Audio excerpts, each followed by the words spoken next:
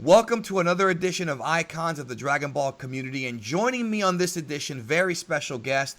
He is, well, a very, very, very well-known actor. I mean, very well-known, especially if you're an 80s and 90s kid, but he still does work even to this day.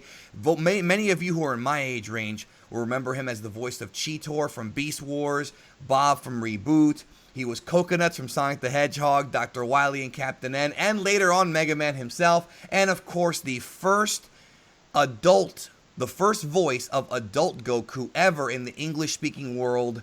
Before Peter, before Sean, it was Ian James Corlett. It's a pleasure to talk to you, sir. Woohoo! That's me. It's good to talk to you, man. The OG, I mean, they've all talked about it. Peter had to follow you. Sean had to follow him. Kirby had to follow Peter.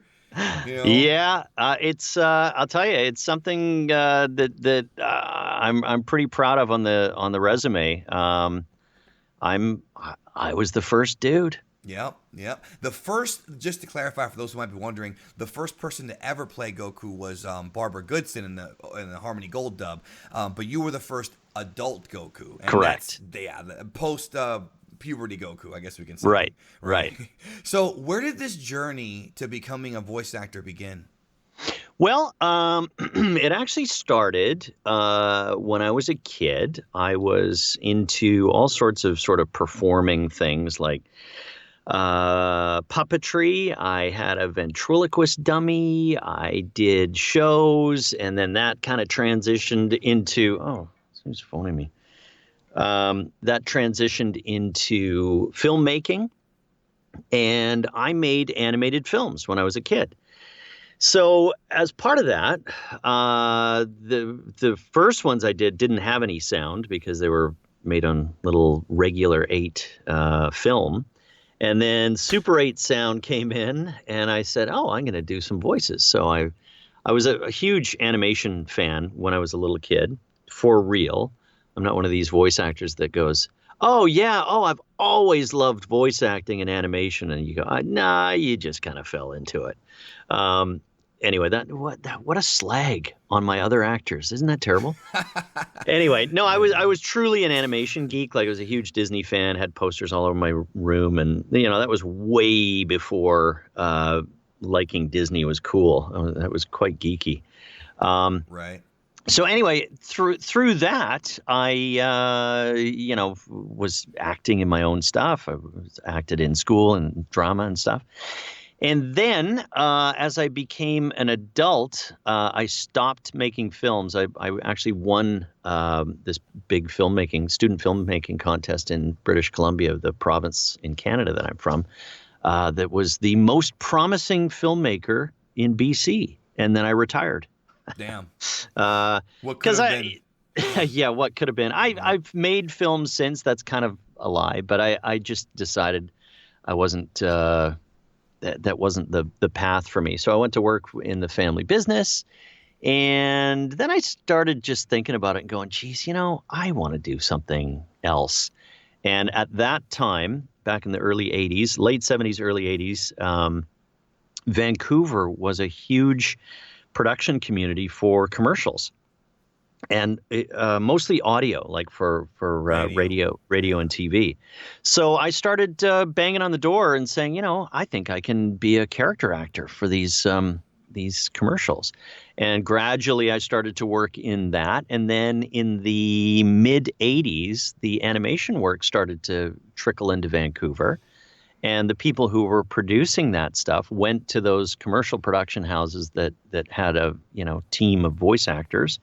And they said, where can we find qualified voice actors? So they kind of came out of the commercial work, and that's where I came out of. And the rest is history. It started with the early Deke shows that came, like Kissy Fur and Captain N, the Game Master, G.I. Joe, stuff like that. And eventually, I just kind of became one of the go-to guys in voice acting in Vancouver. Why was Vancouver such a hotbed for voice acting for so long? Like, did they just get ahead of everybody else? You know what I mean? Well, It's like anything. It's opportunity plus, manpower and people plus luck. What happened was in that era, the production companies, as always, were looking for cheaper ways to produce stuff, and you just can't get around that.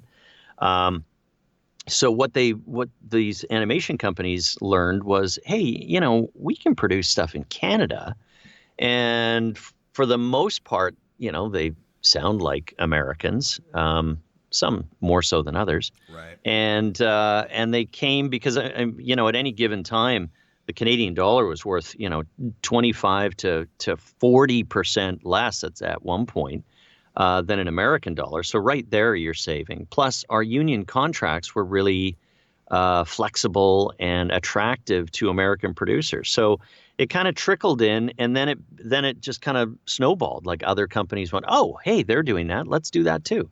And then, as the talent pool starts to get better at it, the talent pool gets larger and larger and larger, and then it becomes a thing. So it's kind of not completely accidental, but it kind of grew itself. It's just interesting. We were talking about it before we started recording, how, for a kid in the late 80s, early 90s, and even into the late 90s, even to this day, I was pretty much raised by Canadians. Like, it's funny because all my friends had, Mr. Rogers, but I was a Fred Penner fan. Right? That's my guy. And then my favorite wrestler is Bret the Hitman Hart from Calgary. Yes. Right. And then, like, all of my favorite cartoons as a kid were voiced out of Canada. And again, like I told you earlier before we started recording, I didn't even know. I mean, as a kid, you don't know these things. And then you realize how, and it's not just animation.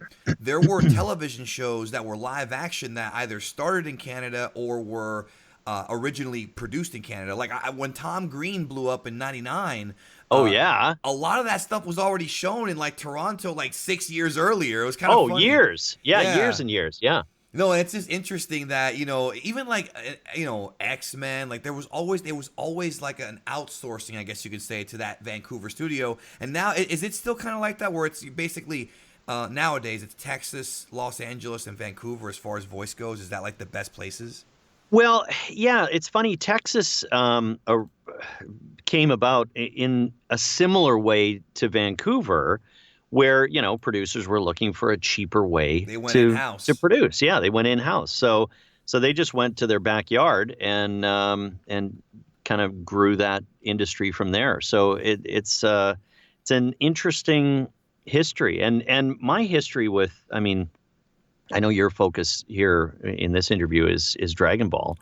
And we'll talk about everything. But yeah. And we can definitely talk about that, because I mean, I had a company that specialized in reversioning foreign content into English. You're talking about like Saban would do with anime. Yeah, exactly. Power Rangers, yeah. Exactly. So my little company worked for another production company in Vancouver that would help punch up the script. So you'd get a script from an original Japanese production, and it would be like a raw translation of the script, and that's always wonky in English. So what we did is we would punch it up and go, okay, well, let's make it sound real, make it sound like it's in real English instead of, jilted Japanese English. Right. So we were already doing that work when the people from Dragon Ball Funimation came into town, because they had heard, well, this place is, if you want to get a version done, this is the place to go do it. And it was really funny when we first met Jen and Barry. Is it Jen or Gen? Oh, Shoot. Gen Fukunaga and Barry Watson. Gen. Yeah, Gen and Barry. Okay. They were these two guys from Texas, and they looked kind of like they worked for IBM. They had shirt sleeves, and they looked like corporate. Yeah. And that's just really odd when you're in the entertainment business. So, it's super nice guys. They said, we got this project, and it was there was a family connection with Gen, and that's why he had it. Yeah. and we want to reversion it. So we hear that you guys are the guys to do it. So I was involved like right at the very, very, very, very beginning of their production. So this is before you even auditioned to play in the show. You were already involved in fixing it up for a Western audience. Yeah. I never knew that. That's crazy. And because of that close involvement, I didn't exactly cast myself, but that was my next question. Kinda, sorta. Yeah. I mean, I was there. Well, Sabat said that when he took over in Texas that they had a shortage of actors, so to replace the Vancouver actors, so he had to do like 8 voices or something like that. You didn't get paid more or anything like that. You don't get bonuses for that. We'll talk about that later because I've heard stories. I've got so many stories, many stories. So anyway, that's kind of the genesis of how this happened. Is I was, we were working and, they brought this project in. We were, okay, that's another anime project. And I'm going to be, I have said this in interviews before, but honesty is the best policy. I just I can't make up stuff. Right. It was just another production that came in and like, okay, whatever. And you didn't know how big it was or how big it would become. No, I mean, no one knows. No one knows. Right. And I'll be completely honest. This is the number one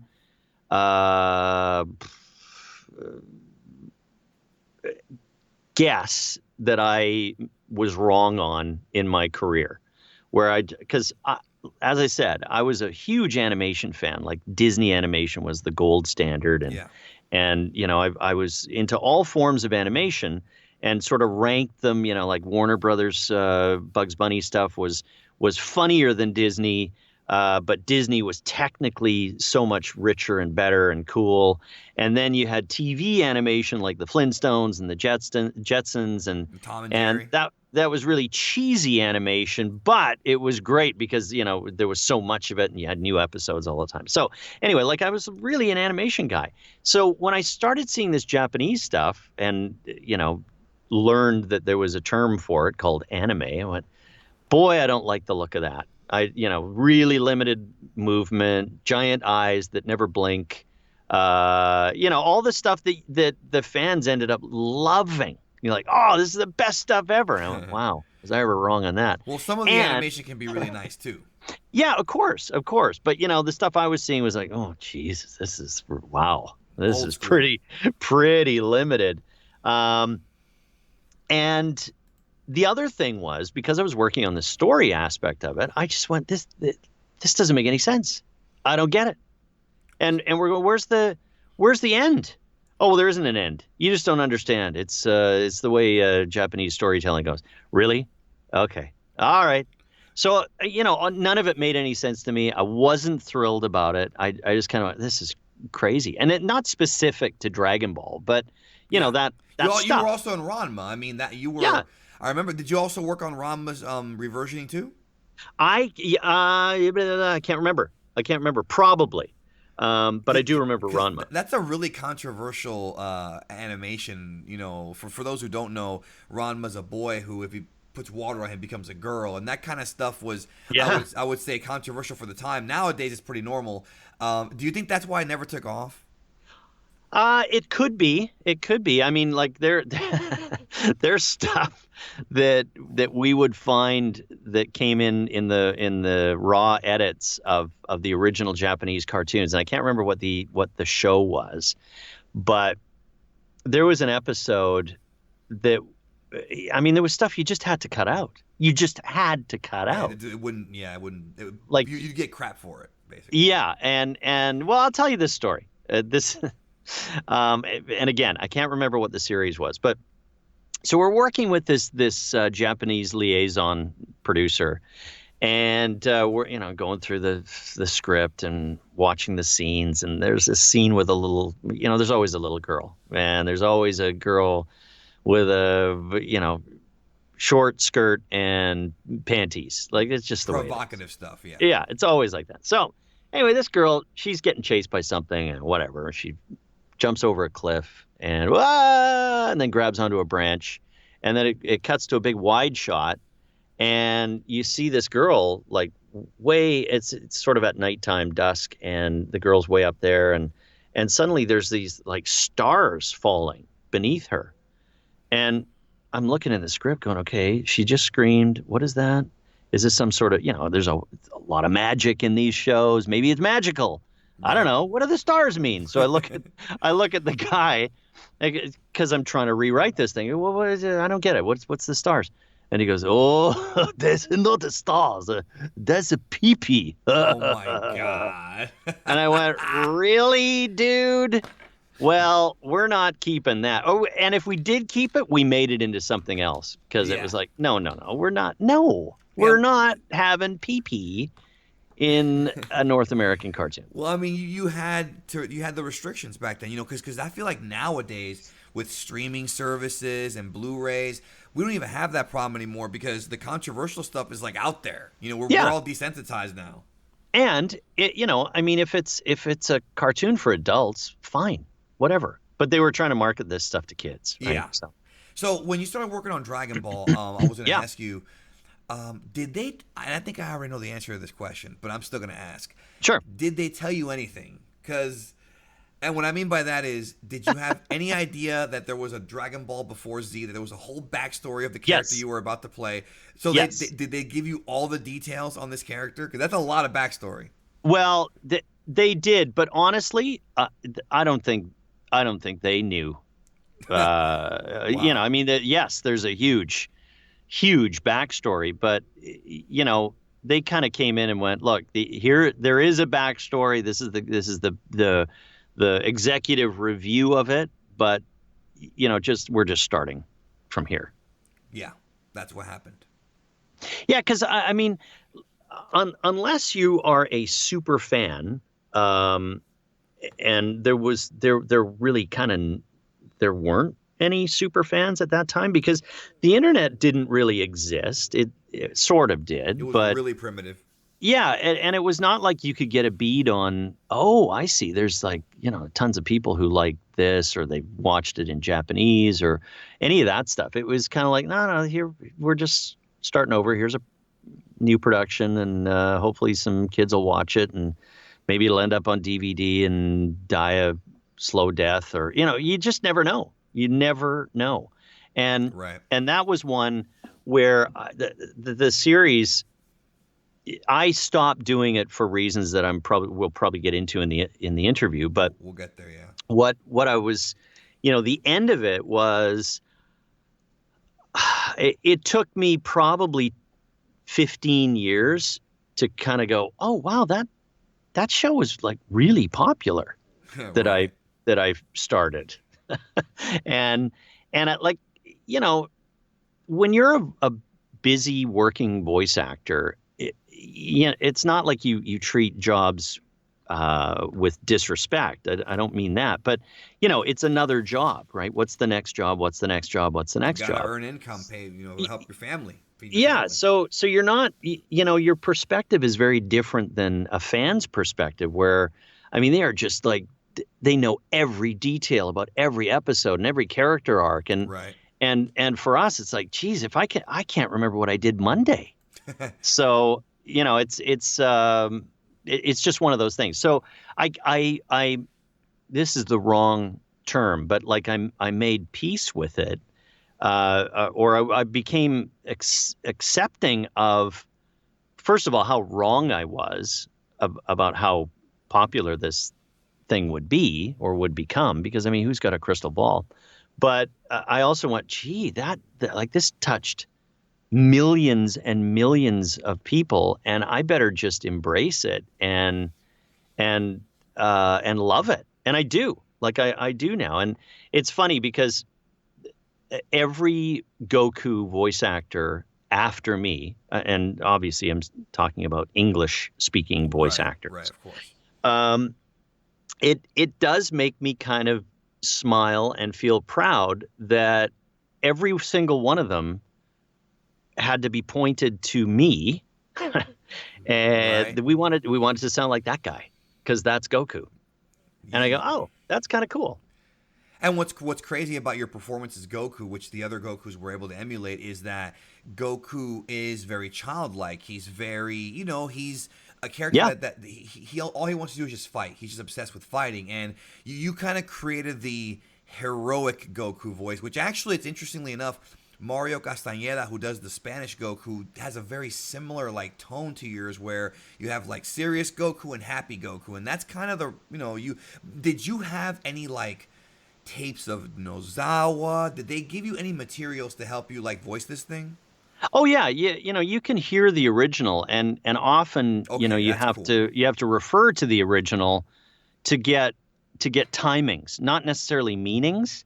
But as a result, you're hearing the original performance of the original voice actor, and that kind of brings up another interesting little trivia insider story. Is over the course of this production, there was some changes in who was actually paying the actors. Like we were never paid by Funimation directly. They would use like a local producer. Pioneer? Oh, okay, no, somebody. Yeah, and they would they would handle all the paperwork. And Right. and in that in the course of that, there was probably two different producers, and there was that's a whole nother story. A little bit of infighting there, and one took it over from another one. And what happened is not every producer is magnanimous, and every producer's always looking for ways to save money. I don't have any quarrel with that. But when it comes to not treating actors well, then I kind of have quarrel with that. So one of the interpretations, and one of the main reasons I quit doing the role, was there was they were always interpreting this union contract in ways that just didn't make any sense at all, because the union contracts weren't designed for reversioning a whole series into another language. They were using what was called an ADR contract, which is an audio or automatic dialogue replacement. That's what ADR stands for. Yes. And what that was designed for was, okay, someone makes a TV show, they're an actor or they're in a movie, and they've shot everything, and then they cut the thing together and go, oh, you know what? The audio is really weird on that clip. Let's get the actor back in, and he will redub the line that he did so that we can hear it correctly. And so you've already been paid to be an actor in this production, and this is just sort of a quickie, just come in and fix this up, and it's not a huge rate, so it's quite cheap, and it's fine. So the producer used that contract, which it really wasn't designed for, to pay us. And then the interpretation of the contract started, and you could either get paid by the line or by the hour. And I was really fast, so I wanted to get paid by the line, because I could do a ton of lines in a 4-hour session. Right. And you're exhausted because it's all screaming,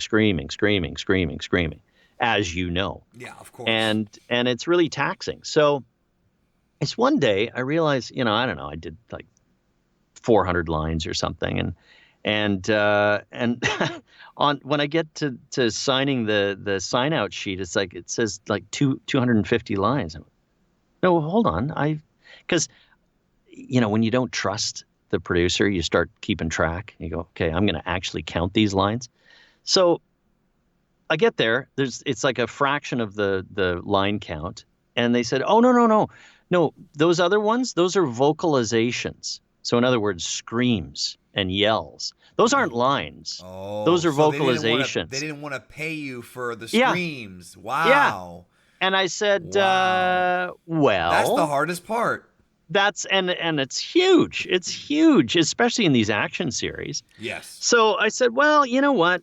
If you're not going to pay me for the screams, why don't you just use the Japanese actor? So this is how I got back to the germ of this story when we were talking about it. And, obviously it sounds completely different. And I just went, use him. If you're not going to pay me, go ahead, see how that goes. And of course, then we started fighting, and it didn't end well. And I went, I'm tired of this. I'm really tired of this. I had lots of other stuff to do. It was very low pay and not to make everything about money, but it is how we make our living. And we're not talking about being a prima donna voice star, and I think I should get paid more than anyone else. It wasn't anything like that. It was just sort of like minimum wage. And I went, I'm blowing out my voice and finding it like I can't do a session in the afternoon after I do a morning of screaming. Right. So I just had to stop. So that's my story. And, then everyone else that followed me has their version of their story. And it's funny because when they finally, kind of yanked the show from Vancouver and said, we want to save even more money, right, and take it to Dallas. The show was already a big giant hit then. Yes. Yes, it was. So actors coming to audition and be part of Dragon Ball at that stage, they were like, oh my God, I might be able to play Goku. And for us, or for me, I'm only speaking for me, it was like, who's this guy? What? Okay, well, how about if he sounds like this? And, it's a totally different perspective. Like if you're walking in and going, oh my God, I could be the next Spider-Man. That's a really different perspective because it's already hugely popular, and it's just interesting history. No, I agree. I mean, you did 37 episodes of DBZ overall, and then you did the Tree of Might TV version, not the movie. Without Peter did the other one. So Peter came in to replace you, but he was telling me that you guys, there was no animosity between you guys, and that he was able to voice match you relatively well, and that's why. Did you recommend him? I don't think I recommended him for that role, but there was other stuff. Peter and we crisscross all the time, and especially back in those days. It's really funny. He ended up replacing me I used to be the voice of Best Buy Canada for years. Wow. And he ended up replacing me on that. That's too. Hilarious. So, there you go. So, but yeah, it was just, he auditioned, he sounded the most like you, and he got it, and...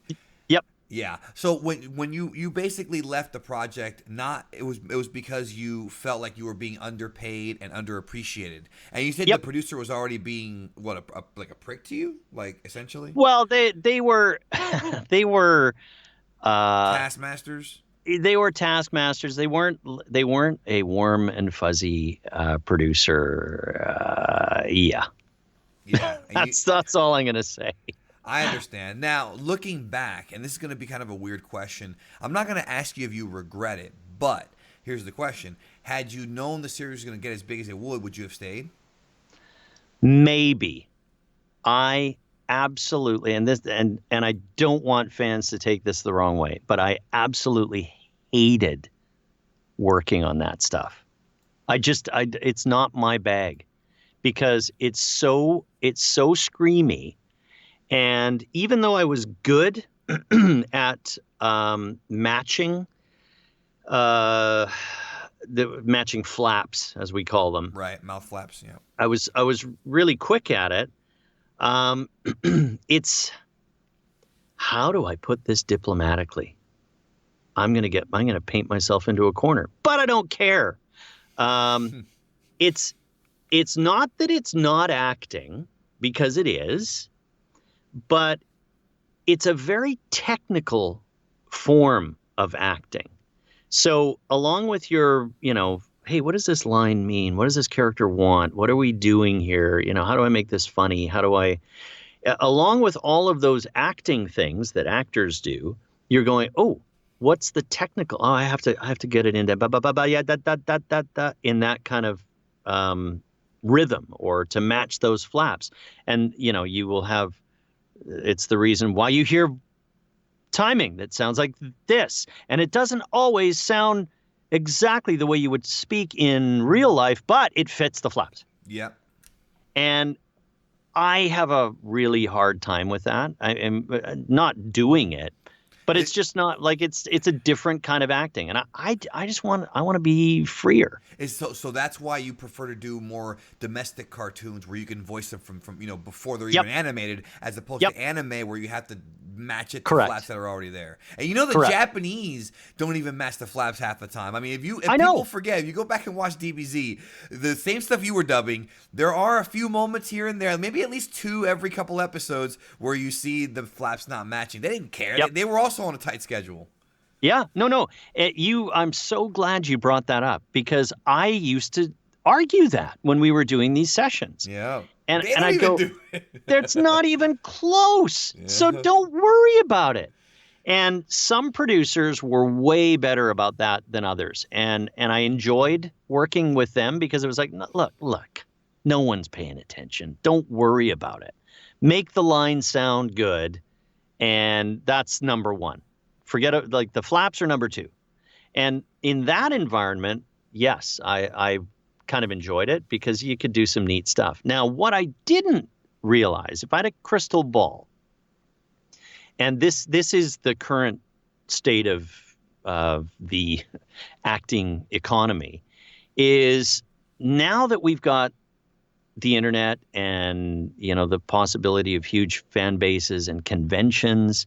This is another thing. I wasn't interested in fan conventions then, because they weren't that big of a deal then either. No, Yeah. they weren't that big of a deal. And I think I did a grand total of like 2, mostly for Transformers, Beast Wars, like in the early days. Right. And again, it wasn't my thing, because I had little kids, and I went, I don't, do I really want to go away for a weekend, and like I'm never going to see my family?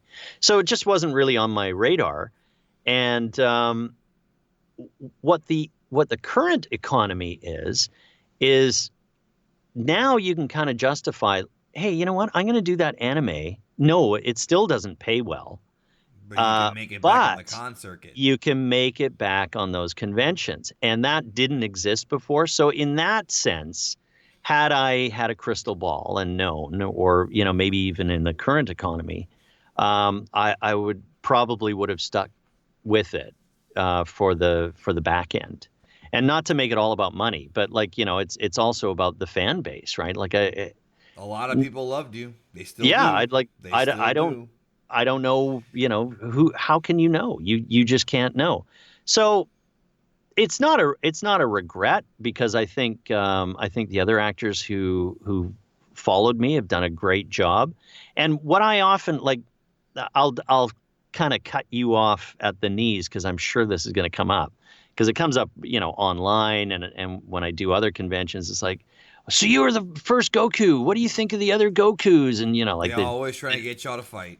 Yeah, exactly. And I'm not, to quote the old Mad TV, homie, don't play that. Or was that Mad TV? No, that or was was in Living Color. Shh! Cut that out. Cut that out. I don't want to make that mistake. So I'm going to say it. So to quote in Living Color, homie, don't play that. Right. Because I'm just not. And it occurred to me in a moment of brilliance. I'm patting myself on the back here. It's a lot like something that I can relate to, which is James Bond. Mm-hmm. Everyone's got their Bond.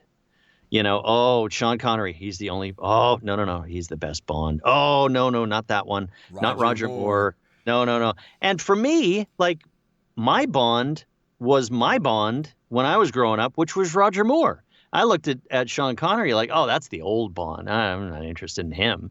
And then, of course, Daniel Craig comes along and you go, oh, my God, no, that's Bond. I don't know. Even Roger Moore said, no, I think he's the best Bond. So that's what I liken it to. It's like, you know what? Everyone's going to have their favorite Goku.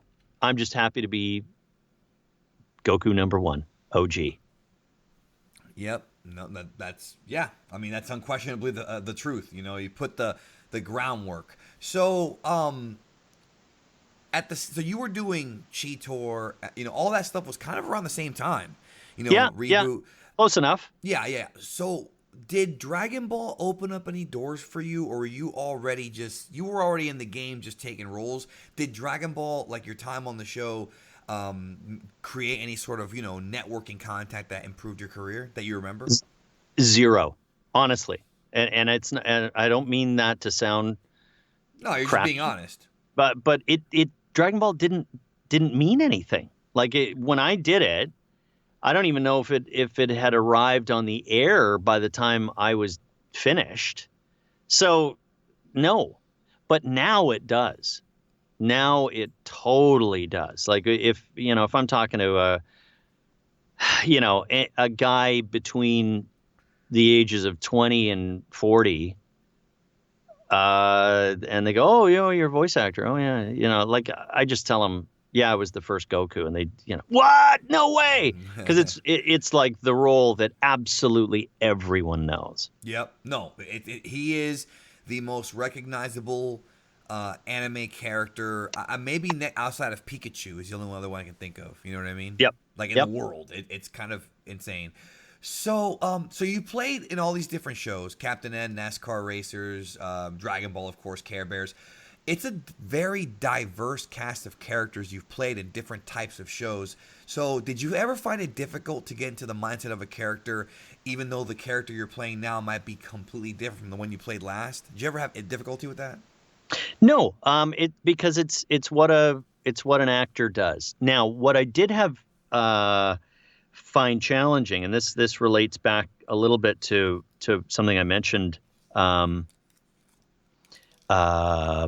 before, was when I'm doing a voice that essentially is my own voice. Right. So in other words, a hero. Yep. Then I try to find ways to differentiate that guy from the other guy. And it's subtle. It's really subtle. But it's kind of like, it's not comfortable for me because I'm not a this is going to sound really stupid. I'm not a Tom Cruise kind of actor. Mm-hmm. You're more of a comedy guy. Yeah, and like I've lumped guys like Tom Cruise and Harrison Ford and I can't think of some other ones, but where basically they're an actor and they're always the same guy. Like they're a movie star. That's who that is. Right. Whereas like Johnny Depp is, he's a movie star, but he's this guy and he's that guy and he's this guy. He's like characters. And that's where I'm way more comfortable. So, I have like to variety. Yeah.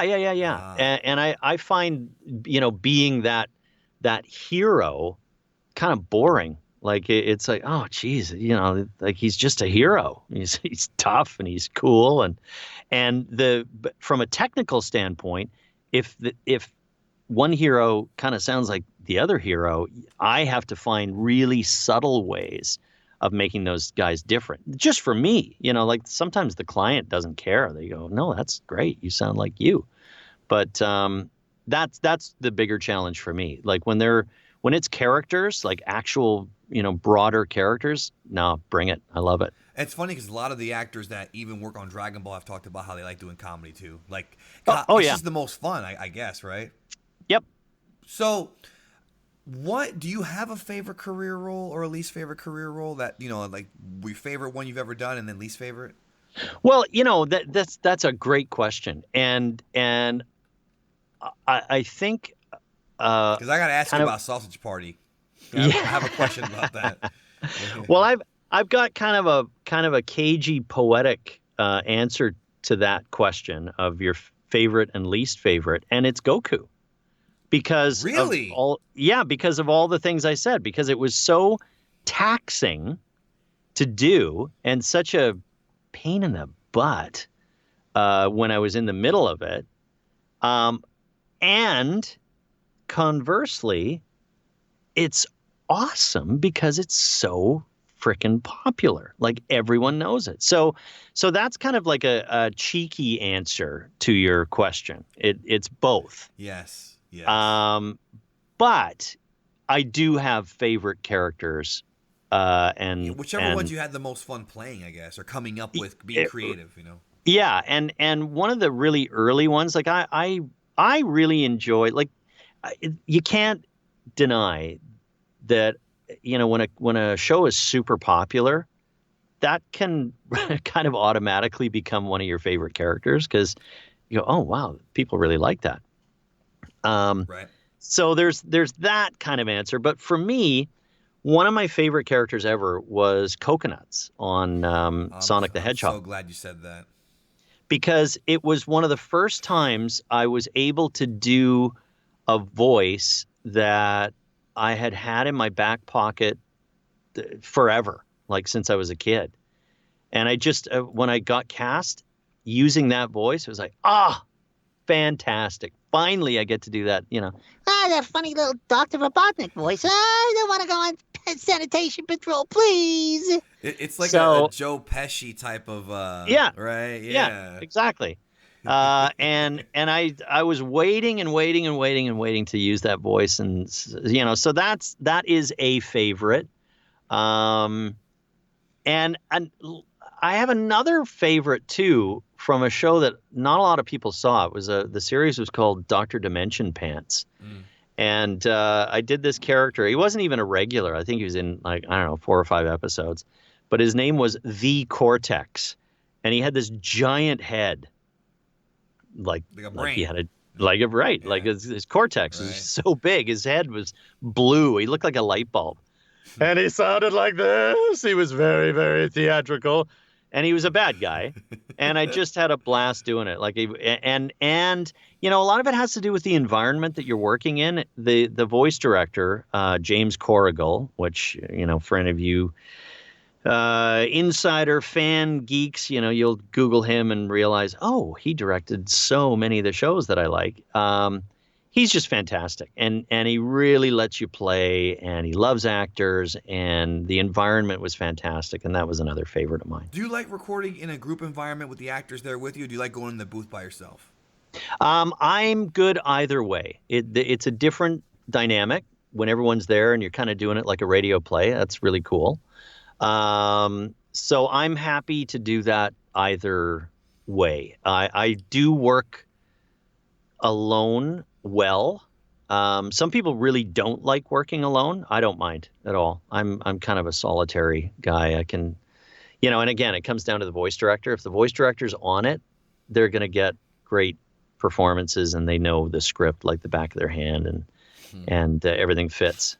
So tell me about Sausage Party. Did you work directly with Seth Rogen and those guys? Because that was a pretty big movie. Man, do I wish. But nope. They had their crew. They actually animated that show in Vancouver. I forget the production company that they used, but most of the animation was done there. And I kept waiting, because we did multiple sessions. I did a bunch of voices in that. And I kept thinking, oh, I wonder if, but nope. Damn. Yeah. So tell me, but I mean, damn, that sucks. But still, that would have been awesome if you did. Tell me about your books, okay? Because that's something that I had just found out about you recently. You authored several books. What inspired you to write the books? Like, what was the story behind you becoming an author? Well, it was my kids. Because I wanted to write a book that addressed ethics and human emotional growth in a non-preachy way. Like, because I found that, I mean, it's much worse today actually, but politically and socially, the world was kind of getting this divide between people who were kind of small L liberal thinkers and small C conservative thinkers, and there wasn't the in between was kind of going away. And I always felt like there's no politics to whether you're kind to someone or not. And so I hatched these little characters, and the bigger story was I have written and created several animated TV shows, especially like they were big in Canada. Yeah. And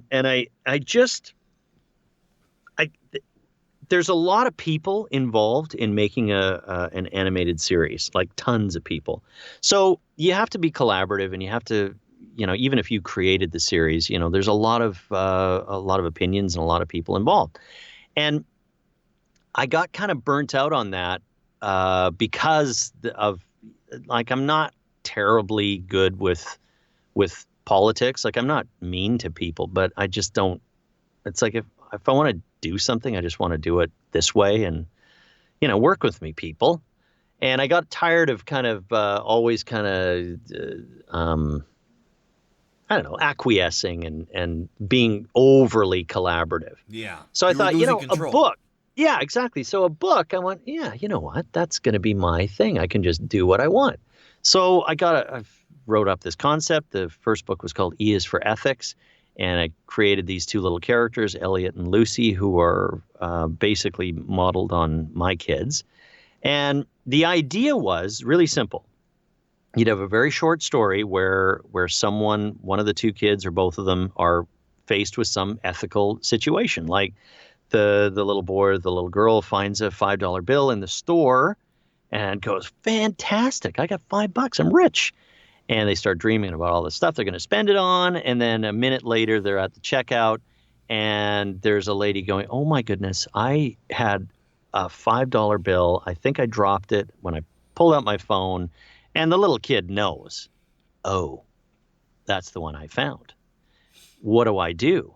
And then, so you have this little scenario. Right. And it stops with, what would Lucy do? Or what would Elliot do? And then as a parent, if you're reading this book with your kids, you have a discussion. It's right. like, well, what do you think Lucy would do? What do you think they should do?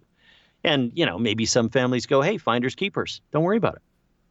Or, if you know it's theirs, it's probably a pretty good chance it's hers. You should give it back. So they create their own moral compass. Exactly. So there's not, there's not this kind of like, this is the righteous thing to do, or this is that's wrong. And, I just wanted to have a discussion. I mean, there's always kind of a correct direction that you want to point people in, but that was the idea of the books. And E is for Ethics was a really big seller. It was in the Scholastic book system or school book system, sold all over North America. And actually, I'm working on a series, animated series based on those characters right now. We're just starting to pitch it. So I feel like with us talking, I feel like I'm learning that you seem to be more excited about being a creative more than being an actor. Like it's like you're more now behind the scenes.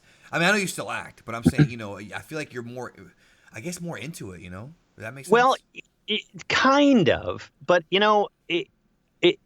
I've always been like this. Yeah. Because I started as a filmmaker, so it was never my aspiration was never to be strictly one thing. But it's turned out that I am kind of well known for voice acting. I mean, that's the thing that kind of made me semi-famous. Right. But I've always been a creator. I've always made films. I've always done stuff. And the voice acting, it's not to minimize it at all. I mean, that's my bread and butter. That's my day to day. But I've always, you're correct. I mean, I do get more excited about stuff that I'm creating because I just enjoy it. Yours. I really enjoy it. But voice acting is awesome. It's like it is the best job in showbiz.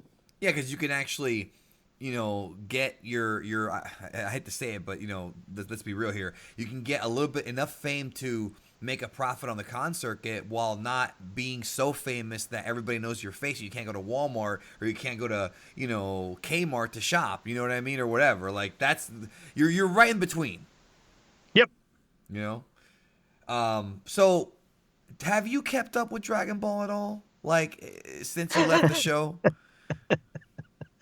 What's the right answer? Yeah, because I'm curious. Because it's a lot of stuff. I can only. You may have gathered this speaking to me. I can only be honest and say no. No, well, there's a lot. I mean, you. Yeah, but it's not. It is not. It is not Dragon Ball specific.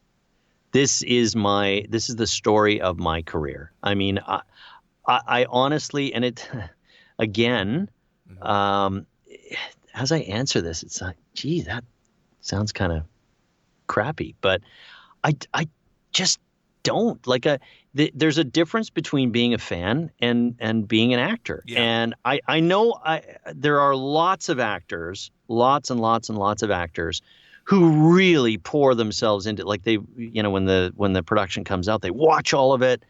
And I just don't. At my own peril. Do you think it's a generational thing, though? Because I almost feel like I spoke to Kerrigan Mahan once. It wasn't recorded, and we talked about that era of actors, like, you know, the actors from the 80s and 90s as opposed to the kids that are coming up now. And I feel like the kids that are coming up now, not to be disrespectful or anything, but a lot of them grew up anime fans, and they just want to do anime dubs. Whereas I feel like from your generation, it was work. It was like, I don't care if it's Japanese, Russian, you know, Puerto Rican. No, I think you're right. Yeah, and the older guys seem to be more business oriented, as opposed to some of the younger guys. And I'm not saying that'll last forever, but I mean, they're young and different generation. No, but it's you know, there's another way to look at that too. It was sort of like what I mentioned before about if someone came to me and said, we're looking for the next voice of Spider-Man, or we're looking for we're doing a reboot of Toy Story, and Andy's gone. Or sorry, wait a minute. Not Andy. Andy was the boy. Woody's gone. He's been replaced by, you know, Jeff, the doll, and we're looking for the new voice. That would be super exciting to me, because those are, you know, if you've grown up with a certain character, or, you know, you were a series or a movie meant a lot to you, well, obviously you're going to be a lot more excited about working on that kind of project, because it is already something. So with as you were saying, with the younger generation of voice actors who grew up on anime, then anime and all of the things around it are going to be a lot more exciting, because they kind of know the world and they're already fans, even if it's something new. It's just different. So you're okay with fans becoming actors. It's just that when you're an actor and you're in the middle of your grinding, it's more so that you just don't pay attention. You just have to go just work. That's the way I'm seeing it, right? Yeah, well, absolutely. I mean, think about it this way. If you were, you can't stop to smell the roses sometimes. Like if you're a logger, right, and you're out in the bush cutting down trees, do you really want to spend a lot of time at home, like cutting firewood? Probably not. It's like, oh, I want to do something else. Right. Yeah. I've seen so many trees this week. I just like, give me a lake, or, you know, show me the concrete. Something different. So it's kind of like, kind of like that. I don't know. Like I don't watch like I said, when I was young, and I still love animation, like, and I love good work. That's my big thing. Quality is everything to me. So whether it's animation or movies or whatever, but, you know, my entertainment tastes are just really, really, really different than what I work at. What are your tastes, if you don't mind me asking? Well, I'm kind of an artsy entertainment kind of guy. Like, I mean, one of my favorite movies in the last couple of years was The Square, which was a Swedish dark comedic movie. I love that stuff that makes you think. I'm not a fan of, you know, and I'm gonna get skewered by your audience, no, but you'll be fine. Like, I'm not a fan of superhero movies. It's just like, I can write the thing in my sleep. I know. You're looking for something deeper. Yeah, because I mean, I've been around entertainment and the business my whole life, and I want to be challenged. I don't want to know where something's going. And with an action movie or and it's not to say that I don't watch that stuff, because I do. I loved Deadpool, for example. You know, as far as a superhero movie, that's my kind of superhero movie. Very comedic. It's very comedic, but it's also like it's not, okay, now they're going to fight and now this is going to happen. And then this, because I mean, literally, I can write that stuff in my sleep. I want to be challenged. So that's, and plus I love musicals, especially like stage musicals. I like a huge range of stuff. But as a generality, I don't love, super mainstream, like action hero. No, you're more of an movies. independent guy, and I'm pretty sure what makes me smile about you is I remember you did an interview, I think with Kerbifer, and you said in there that you like watching things subbed, and it's interesting, like foreign films. I do. No, it's hilarious that a dub actor, because remember that's sacrilege, because a lot of the dub actors are very insecure. Of course they are. Yeah, every actor's insecure. I've heard. Every YouTuber is too. I'm going to share that with you, but no, it's just funny to me that that it is that that I lost my train. Well, it forces a guy like me who's borderline ADD to dial in and go, okay, hey, smarten up, pay attention. You got to read something. Okay. So I love like there's a bunch of the translations are usually more accurate too. Yeah, absolutely.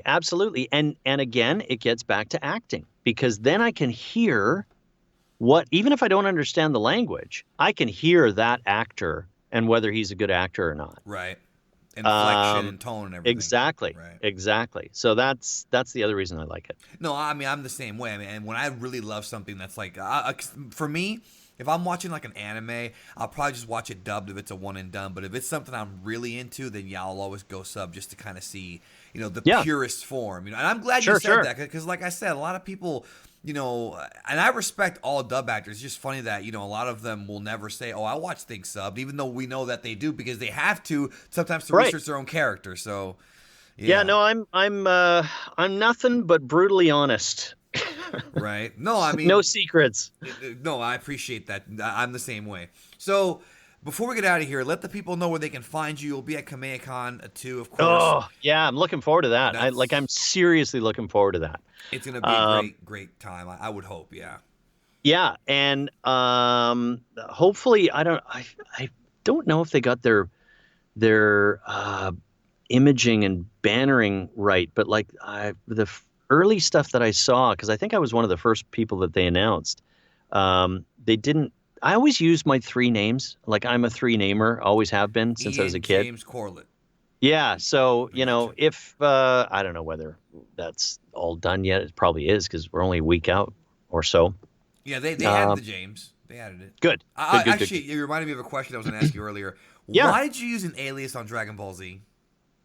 Because with a lot of this dub stuff, I wasn't sure what the content was going to be. Like that story I told you about the little girl falling off the cliff and going pee-pee, right? Mm-hmm. And I just went, I don't know if it's really edgy, because you take a job and sometimes you just don't know where it's going to go. So that was mainly the reason behind that. You were basically CYA, right? Yeah. Yep.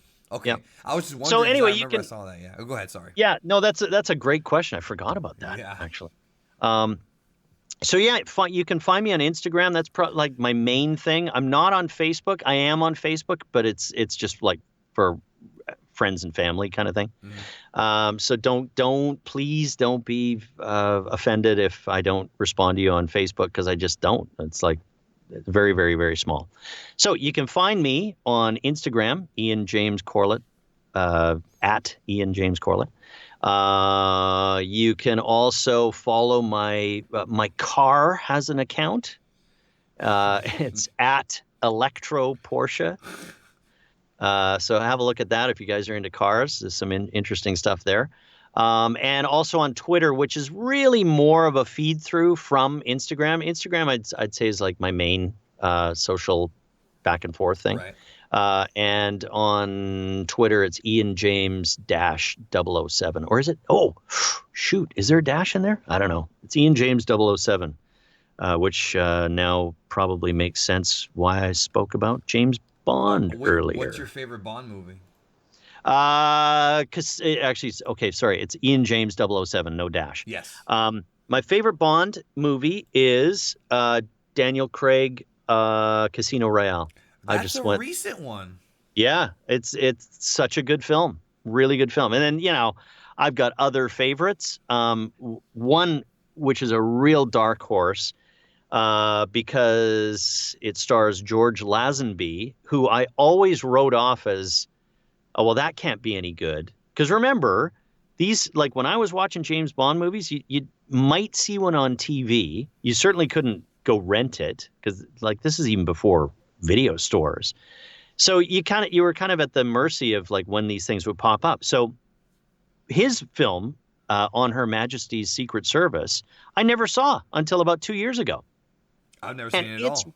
It's really, really good. And it's this guy, because you think, oh, well, how good could it be? The actor only made one. It must have been terrible. They probably fired him. And then I watched the documentary called Becoming Bond on Hulu. Mm-hmm. And I just went, I've got to watch that film that I don't think I ever saw because I've seen all the Bond movies except for that one. So I went back and watched it. Thumbs up. It's really good. So that's like your dark horse. Yeah, that's the dark horse. Yeah. Yeah, I always go with The Man with the Golden Gun. I like that one. Ooh, yes, that's a good one. No one ever talks about that one, man. No, I like that one. That was like the first one I ever saw as a kid, and it was like Christopher Lee's in it, and he's amazing in everything. Yes, absolutely. Well, thank you so much for being here. It means a lot to me to speak to you, and I look forward to meeting you face to face very soon. Yeah, well, thanks for inviting me. Very, very great to meet you and all your hordes and hordes of followers. You are awesome. So hopefully a couple of them will come over and visit. Yes, I hope so. Yeah, definitely check out Ian James Corlett on all the social media platforms he listed, Instagram, Twitter, not Facebook, but it's okay because Twitter is good enough, I think. Yeah. Oh, and if you're coming to Kamehacon, come and see me because I will have custom limited edition OG Goku merchandise. Save that for me. Save me one. Yes. Please do. That sounds awesome. Yep. I'll be there and I'll be happy to meet you guys. All right. Thank you so much for being here and thanks everybody for listening. We'll catch you down the road.